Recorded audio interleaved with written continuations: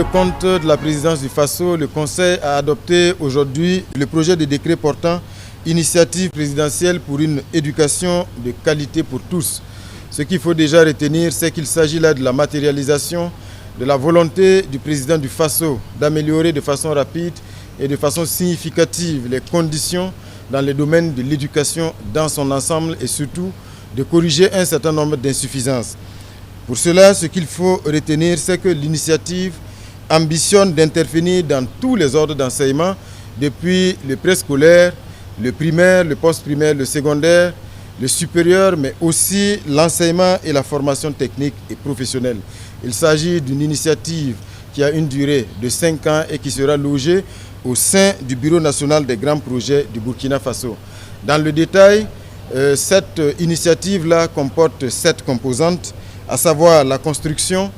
la sécurisation, la normalisation et la modernisation des infrastructures éducatives. Il y a également la création d'une université polytechnique. Il y a également les réformes des structures de gestion de l'école et la dynamisation de la participation des acteurs de l'éducation.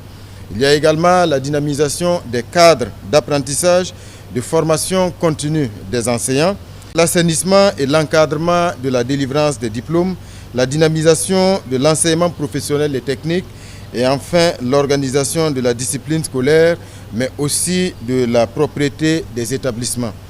À terme, c'est une initiative qui devrait permettre de changer véritablement la forme que l'on connaissait jusqu'à présent dans la construction des établissements scolaires, ce qui va donc permettre désormais, à travers cette initiative, d'avoir des édifices à plusieurs niveaux, regroupant plusieurs ordres d'enseignement, ce qui devrait donc faciliter bien sûr l'exécution des programmes d'enseignement avec bien sûr en bonne place l'éducation civique et patriotique. L'initiative devrait également permettre la réalisation d'infrastructures plus solides à même de mieux résister aux intempéries, de mettre également les universités aux normes à travers la construction d'amphithéâtres, de bibliothèques et de restaurants universitaires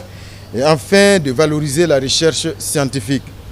Ce qu'il faut retenir pour finir, c'est que l'initiative sera donc pilotée à travers le schéma suivant, un comité national de pilotage qui sera chargé de l'orientation stratégique, une cellule de coordination technique qui va assurer la préparation des travaux du comité national de pilotage et enfin des comités locaux de mise en œuvre qui vont donc être mis en place dans les différentes communes et arrondissements qui auront pour mission d'œuvrer efficacement à l'atteinte des objectifs de l'initiative présidentielle pour une éducation de qualité pour tous.